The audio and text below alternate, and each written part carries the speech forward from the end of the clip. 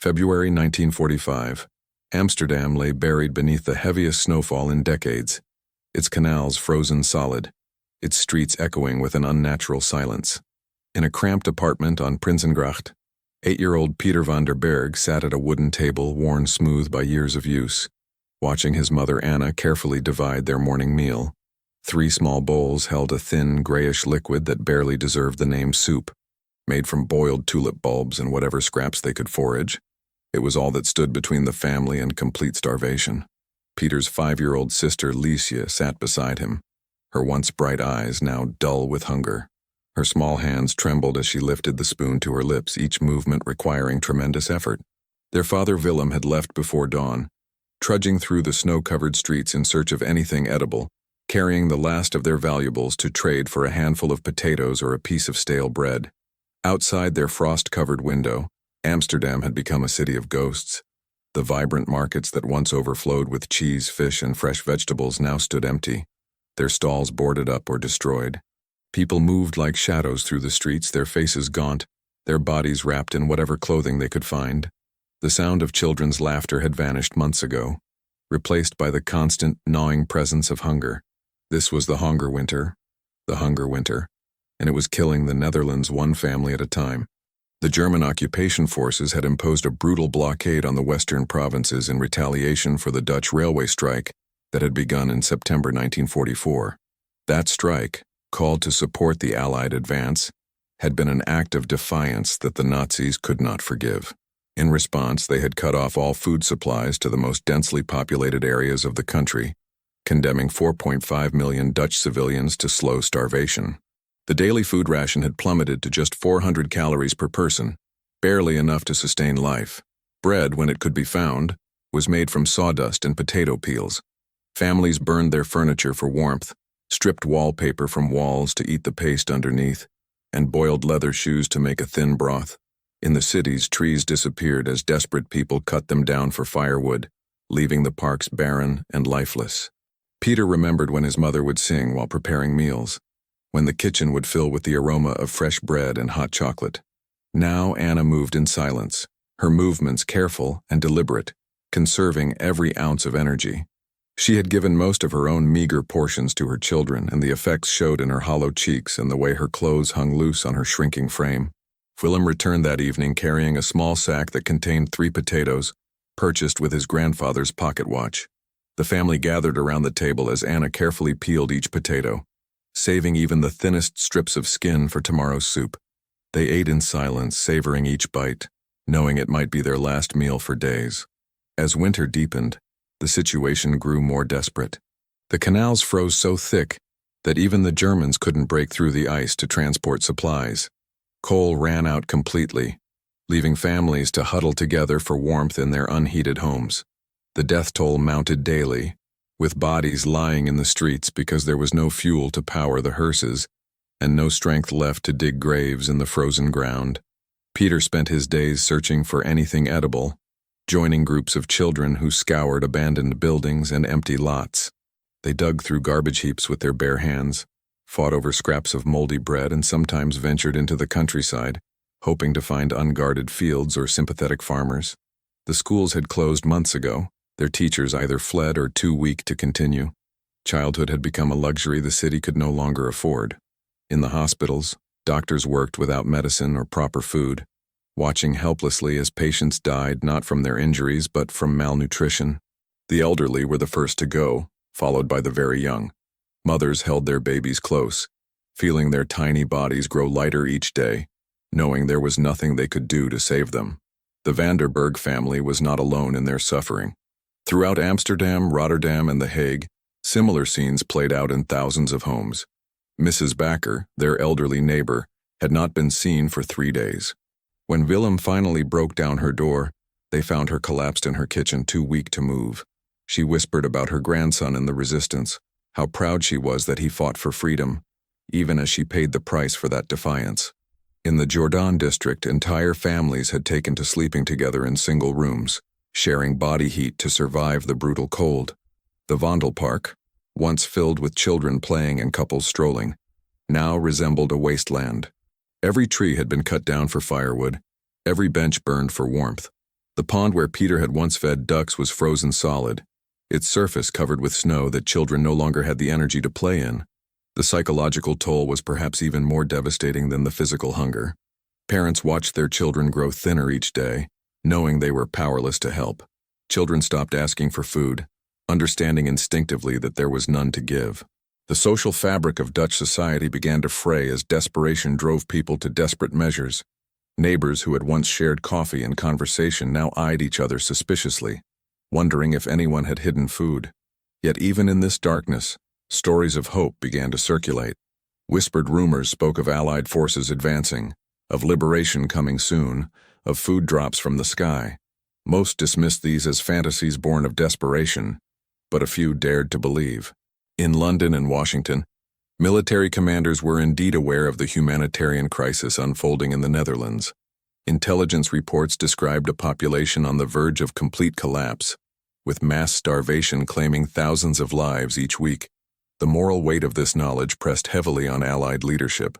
Here was a friendly population, one that had supported the Allied cause and paid dearly for it, dying while liberation forces remained tantalizingly close. General Dwight Eisenhower himself became involved in discussions about a possible humanitarian mission, despite the obvious military risks involved. Prince Bernhard of the Netherlands, serving with the Allied forces, had been pleading for months for some form of assistance to his starving countrymen. He provided detailed reports of the catastrophic conditions, describing how children were dying in their mothers' arms, how the elderly were simply lying down to die, how entire communities were on the verge of collapse. His emotional appeals finally reached the highest levels of Allied command. The breakthrough came through secret negotiations between Allied representatives and German commanders, who were beginning to realize that the war was lost. Dr. A. Arthur Seyss-Inquart, the Nazi Reichskommissar for the Netherlands, found himself in an impossible position. The war was clearly ending, and continuing to starve Dutch civilians would only ensure his prosecution as a war criminal. Through intermediaries, including representatives of the Swedish Red Cross, delicate negotiations began. In a series of clandestine meetings held in neutral locations, an unprecedented agreement was reached. The Germans would allow Allied aircraft to fly over occupied territory without interference, provided the planes carried only humanitarian supplies and followed specific flight paths. It was a remarkable arrangement, a temporary ceasefire born of shared humanity rather than military strategy. The logistics of the operation were staggering.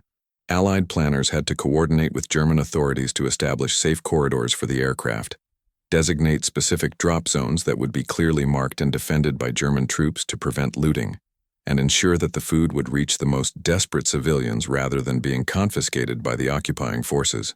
On April 29, 1945, the first American bombers took off from airfields in England and France, their bomb bays loaded not with explosives, but with food.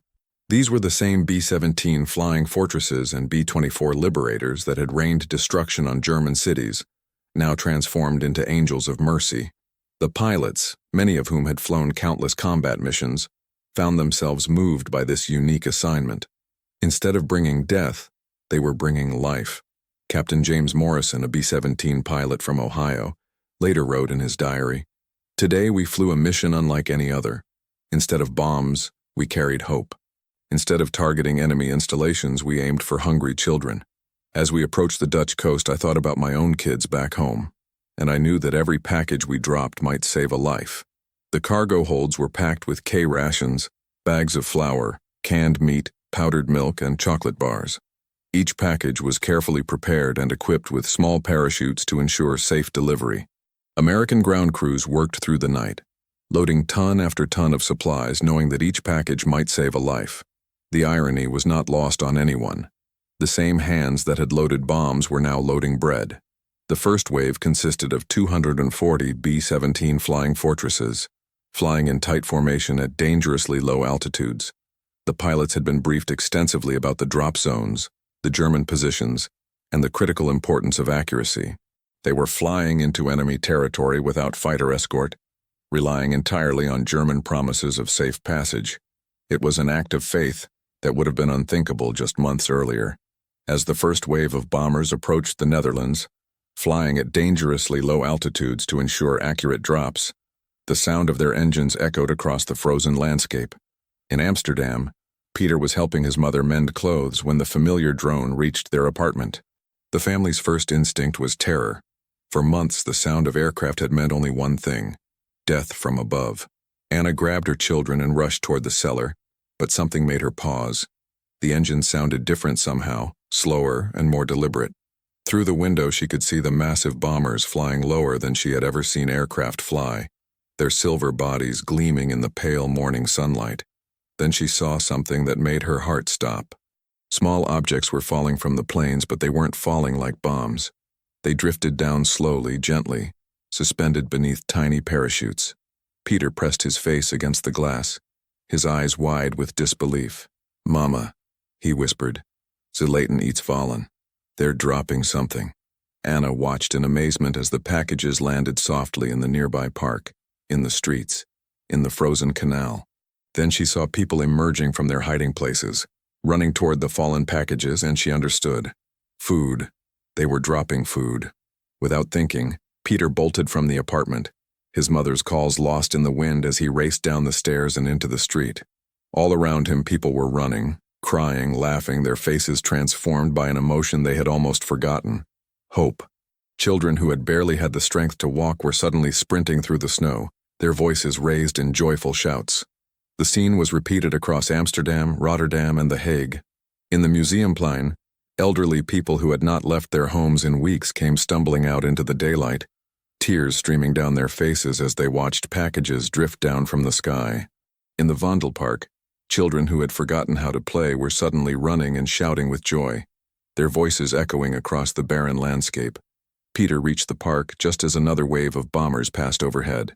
He looked up to see packages tumbling from their bellies like gifts from heaven, each one a promise of survival. He ran to the nearest package, his hand shaking as he tore open the canvas wrapping. Inside were cans of meat, bags of flour, and something he hadn't seen in months: real chocolate. He held up a chocolate bar, tears streaming down his face, and shouted to anyone who would listen, "Chocolate, echte chocolate, real chocolate." Around him, other families were having similar revelations. Mothers were weeping as they held cans of milk. Fathers were embracing their children while clutching bags of flour, and elderly people were kneeling in the snow, praying through their tears. Mrs. De Vries, a widow from the next street, collapsed to her knees when she opened a package containing powdered milk. Her infant grandson had been slowly starving, and she had watched helplessly as he grew weaker each day. Now, holding the precious milk powder, she sobbed with relief, knowing that the baby might survive after all. Anna found Pieter in the crowd, and together they gathered as many packages as they could carry. The chocolate bar was still clutched in his small fist, and when Anna saw it, she began to cry. Not from sadness, but from overwhelming relief and gratitude. For the first time in months, her children would go to sleep with full stomachs. The food drops continued for 8 days, with American and British aircraft delivering over 11,000 tons of supplies to the starving population. Each day brought new miracles. Children who had been too weak to play were suddenly running through the fields, waving at the planes overhead. Families spelled out messages of thanks in the snow, using whatever materials they could find to create giant letters visible from the air. The British joined the operation on May 1st with Operation Manna, their Lancaster bombers following the same routes as the American aircraft. The coordination between the two air forces was remarkable, with British and American planes sometimes flying in the same formations, their crews united in the mission of mercy. The pilots, flying at altitudes so low they could see individual faces, were deeply moved by the reception they received. Many dropped personal notes along with the food packages, messages of encouragement and hope. Some included photographs of their own families, creating a human connection across the divide of war. The Dutch people responded in kind, leaving thank you notes in the drop zones along with small gifts and flowers. Lieutenant Robert Chen, a navigator on a B-24, kept a detailed log of their missions. He wrote, "Day 3 of food drops. Flew over a field near Leiden where hundreds of people had spelled out, 'Thank you USA' using white sheets. Children were waving from every rooftop. One little girl held up a sign that said, 'God bless America' in English. I don't think there was a dry eye in our crew." For Pieter and his family, the transformation was immediate and profound. That first night, they sat around their table for a real meal. canned beef, fresh bread made from American flour, and chocolate for dessert. Liesje, who had barely spoken in weeks, was suddenly chattering excitedly about the vliegtuigen met eten, the airplanes with food. Willem, who had aged years in the past months, seemed to regain some of his former strength and optimism, but the impact went far beyond physical nourishment. The food drops represented something that had seemed impossible during the dark winter months, proof that the world had not forgotten them, that their suffering mattered, that liberation was truly coming. The same aircraft that had once symbolized destruction had become symbols of hope and compassion. The psychological effect rippled through the entire population. Suicide rates, which had soared during the worst of the famine, plummeted overnight. People began to venture out of their homes, to visit neighbors they hadn't seen in weeks, to plan for a future that suddenly seemed possible again. Children who had forgotten how to smile were laughing in the streets, their voices carrying across the city like music. Dr. Johannes van der Meer, who worked at the Amsterdam General Hospital, documented the immediate medical impact of the food drops. Within 48 hours of the first deliveries, we saw a dramatic change in our patients. Those who had been on the verge of death from starvation began to show signs of recovery. More importantly, the psychological transformation was remarkable. Hope, it seems, is as powerful a medicine as food. The operation, codenamed Chowhound by the Americans and Mana by the British, was unprecedented in military history. Never before had enemy aircraft been allowed to fly unmolested over occupied territory for purely humanitarian purposes. The German anti-aircraft guns remained silent, their crews watching as the bombers passed overhead on their missions of mercy. Some German soldiers, witnessing the desperate gratitude of the Dutch civilians, began to question everything they had been told about the war. Here were their supposed enemies, risking their lives to feed people who were not their own citizens, asking nothing in return except safe passage. It was a powerful demonstration of the values the Allies claimed to represent. Obergefreiter Hans Miller, a young German soldier stationed in Amsterdam, wrote to his family, "The enemy planes come every day now, but they bring food, not bombs. The Dutch people cry with joy when they see them. I begin to wonder who are the real enemies in this war. These Americans show more compassion for Dutch children than our own leaders show for us." As the days passed, the relationship between the Dutch people and their liberators deepened. Pilots began to recognize landmarks and drop zones, developing a personal connection to the communities they were feeding. Some flew the same routes repeatedly, watching as the people below grew stronger and more hopeful with each delivery. The children especially formed a special bond with the air crews. They would gather in the drop zones each morning, waiting for the familiar sound of engines, cheering and waving as the planes appeared. Some pilots began to look for specific children, dropping extra chocolate or small toys along with the food supplies. Pieter became one of these regular watchers, arriving at the park each morning before dawn to secure the best spot for viewing the drops. He learned to recognize different types of aircraft, to predict their flight paths, to estimate how many packages each plane carried. His knowledge made him a valuable member of the community's food distribution network, helping to ensure that supplies reached the most needy families first. The distribution system that emerged was remarkably efficient and fair. Community leaders, often working with local resistance members who had come out of hiding, organized the collection and distribution of the dropped supplies. Priority was given to families with young children, the elderly, and the sick. Despite months of starvation and desperation, there was remarkably little fighting or hoarding. Father Johannes Vermeer, a Catholic priest who helped coordinate distribution in his parish, later reflected, "In those 8 days, I saw the best of humanity emerge from the worst of circumstances. People who had nothing shared what little they received. Neighbors who had become strangers rediscovered their bonds of community. It was as if the food from heaven had not only fed our bodies but restored our souls."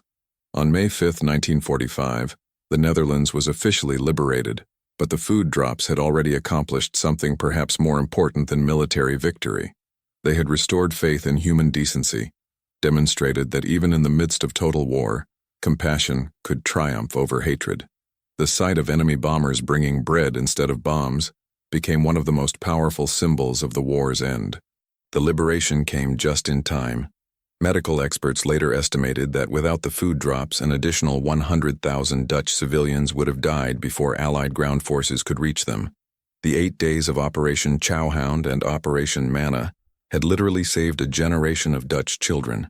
For the pilots who participated in Operation Chowhound, the mission remained one of their most meaningful wartime experiences. Many returned to the Netherlands in later years, seeking out the families they had helped to feed, forming friendships that lasted decades. The Dutch people, in turn, never forgot their debt to these airmen who had literally dropped hope from the sky. Captain Morrison returned to Amsterdam in 1965 for the 20th anniversary of liberation. He was met at Schiphol Airport by Pieter van der Berg, now a successful businessman and father of 3. The two men embraced, and Pieter presented Morrison with a small wooden box. Inside was the wrapper from the first chocolate bar he had received during the food drops, carefully preserved for 20 years. Pieter grew up with this memory burned into his consciousness. The sight of massive bombers flying low over Amsterdam, the sound of packages hitting the ground, the taste of American chocolate after months of starvation. As an adult, he would tell his own children about the day the sky rained food, about how enemies became saviors, about how humanity could shine through even the darkest moments of history. The legacy of Operation Chowhound extended far beyond the immediate relief it provided. It established new precedents for humanitarian intervention, demonstrated the power of international cooperation, and showed that military might could be used for purposes other than destruction. The mission became a model for future humanitarian operations, inspiring similar efforts in conflicts around the world. In the years following the war, monuments were erected throughout the Netherlands to commemorate the food drops. Annual ceremonies brought together Dutch survivors and Allied veterans, their shared memories bridging the gap between former enemies and allies. The chocolate bars and canned goods had long since been consumed, but the gratitude remained fresh, passed down from generation to generation. The Airborne Museum in Oosterbeek displays artifacts from the food drops, including parachutes, food containers, and personal letters exchanged between pilots and Dutch families. School children visit regularly, learning about this remarkable chapter in their nation's history, understanding how compassion can triumph even in the darkest times. Today, visitors to the Netherlands can still find elderly people who remember the hunger winter and the miraculous food drops that ended it. Their eyes light up when they speak of that time, of the sound of engines overhead, of children running through fields with tears of joy streaming down their faces. They remember not just the food, but the hope it represented, the proof that even in humanity's darkest hour, compassion could still triumph. Johanna Bakker, now 89 years old, still lives in Amsterdam. She was 12 when the food drops began, and she remembers every detail. The sound of the planes was like music from heaven. We had given up hope, and then suddenly the sky was full of angels bringing us life. I still cry when I think about it. Those American boys saved us all. The story of Pieter and the millions like him serves as a powerful reminder that war's greatest victories are not always won on battlefields. Sometimes they are won in the hearts of hungry children who discover that their enemies are capable of mercy, in the tears of mothers who watch food fall from the sky, in the laughter of families sharing their first real meal in months. In those moments, the true meaning of liberation becomes clear. It is not just freedom from oppression, but freedom to hope, to trust, to believe in the fundamental goodness of humanity. The Dutch children who ran into the fields crying when American bombers dropped bread grew up to build a more peaceful world, their childhood trauma transformed into a lifelong commitment to international cooperation and humanitarian aid. Their tears, shed in fields of frozen tulips, watered the seeds of a better future, one where former enemies could become friends, where instruments of war could become tools of peace, and where the simple act of sharing food could heal the wounds of nations. If you found this story of courage, compassion, and hope as moving as we did, please consider subscribing to our channel for more incredible historical narratives like this one. Your subscription helps us continue bringing these powerful, untold stories to light. Don't forget to hit the like button if this video touched your heart. It really helps us reach more people who appreciate learning about these remarkable moments in history. We'd love to hear from you in the comments below. Do you know any family stories from World War II? Have you ever heard of Operation Chowhound before? Or perhaps you have thoughts about how acts of compassion can transform even the darkest moments of human conflict. Share your reflections with our community. Your support, whether through subscribing, liking, or simply sharing your thoughts, helps us create more content that honors the memory of those who lived through these extraordinary times. Thank you for being part of our journey to preserve and share these important historical stories. Remember, history isn't just about dates and battles. It's about the human spirit's capacity for both suffering and redemption. Stories like these remind us that even in our darkest hours, hope can literally fall from the sky.